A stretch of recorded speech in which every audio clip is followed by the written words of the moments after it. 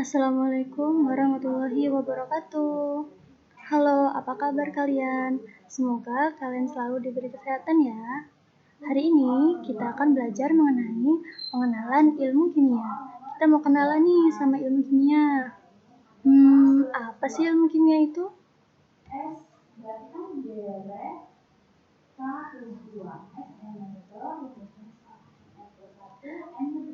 Jadi, ilmu kimia merupakan bagian dari sains yang mempelajari fenomena dan hukum alam atau natural science. Misal nih fenomena, mengapa ya gula itu bisa larut dalam air? Mengapa ya bensin mudah terbakar? Mengapa ya telur bisa busuk? Atau mengapa ya besi itu bisa berkarat? Nah, pertanyaan-pertanyaan itu dapat terjawab dengan mempelajari ilmu kimia.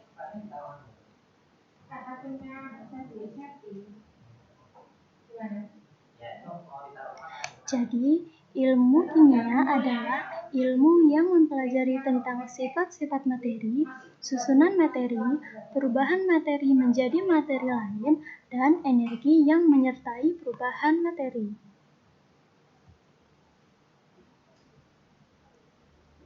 Lalu, apa sih peranan ilmu kimia dalam kehidupan kita sehari-hari? Nah, ilmu kimia itu tidak dapat dipisahkan dari kehidupan kita. Bahkan, ilmu kimia menjadi tolak ukur kemajuan suatu bangsa. Mulai dari ballpoint yang kita gunakan sehari-hari untuk menulis, sampai dengan bom nuklir yang menakutkan itu adalah produk dari ilmu kimia.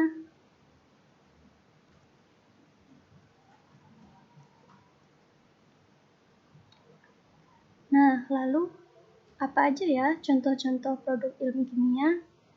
Misalkan, segala jenis sabun, segala jenis obat, pakaian yang kita gunakan sehari-hari, plastik, misalkan plastik pembungkus makanan, minyak, pengawet, zat warna, cat, vitamin, hingga bom, dan lain-lain merupakan contoh-contoh produk dari ilmu kimia.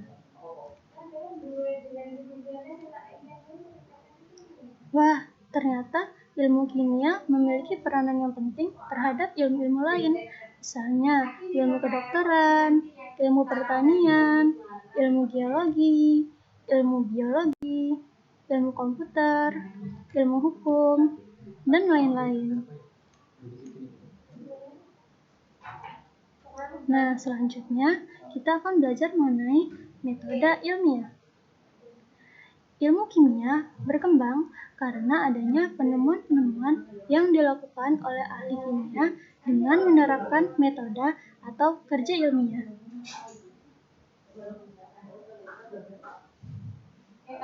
Lalu, bagaimana sih tahapan dari kerja ilmiah itu?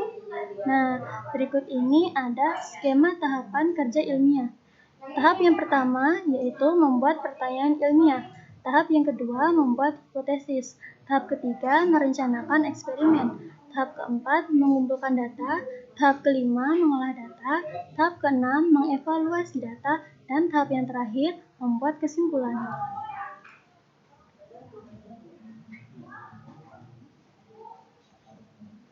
Nah, kalian bisa nih membuat laporan kegiatan ilmiah, di mana di dalam laporan kegiatan ilmiah itu ada pendahuluan, teori, eksperimen, pembahasan, kesimpulan, evaluasi eksperimen, dan daftar pustaka.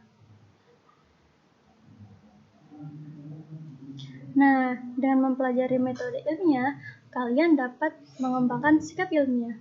Apa aja sih sikap ilmiah itu?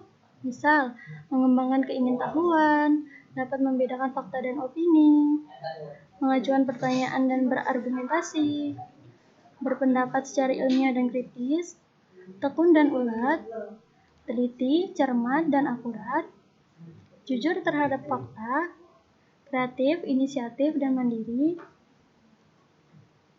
dan lain-lain. Nah, setelah ini kalian ada tugas nih. Jadi tugasnya, cari informasi sebanyak-banyaknya melalui internet, media cetak, televisi, dan lain-lain tentang peranan ilmu kimia dalam kehidupan dan pembelajaran pada hari ini. Jangan lupa untuk selalu mengikuti protokol kesehatan, selalu memakan makanan yang bergizi, dan sampai jumpa pada pertemuan selanjutnya. Saya akhiri. Wassalamualaikum warahmatullahi wabarakatuh.